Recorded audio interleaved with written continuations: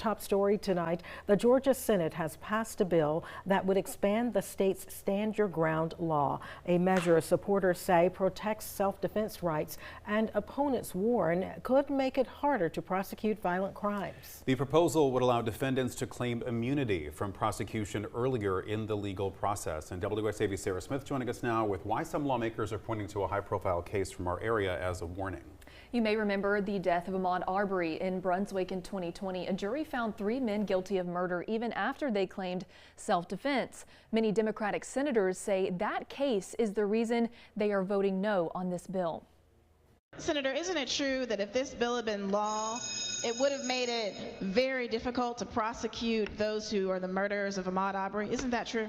A short but passionate debate started by Georgia State Senator Kim Jackson over State Bill 572. Jackson says this bill would have made it difficult to prosecute the 3 men responsible for the death of Ahmaud Arbery. Isn't it true that those that murdered Ahmaud Arbery were found guilty beyond a reasonable doubt, even though they tried to raise this defense? The jury still said they were guilty beyond a reasonable doubt. That's State Senator Brian Strickland of McDonough. He says the legislation would allow people to claim immunity from prosecution soon after they're charged. Also, cases involving claims of self-defense would only move forward if there's clear and convincing evidence of a crime.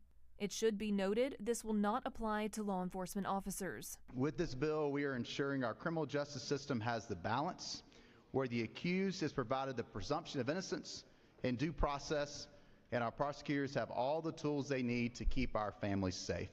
Senator Harold Jones says this, however, puts a tremendous burden on the prosecution. The problem here is that you're actually going to give a person that right to have deadly force and with a rebuttable presumption. That's a high bar to beat. The bill now heads to the State House. We'll keep an eye on this legislation and let you know what happens. Sarah Smith, WSAV News 3, on your side.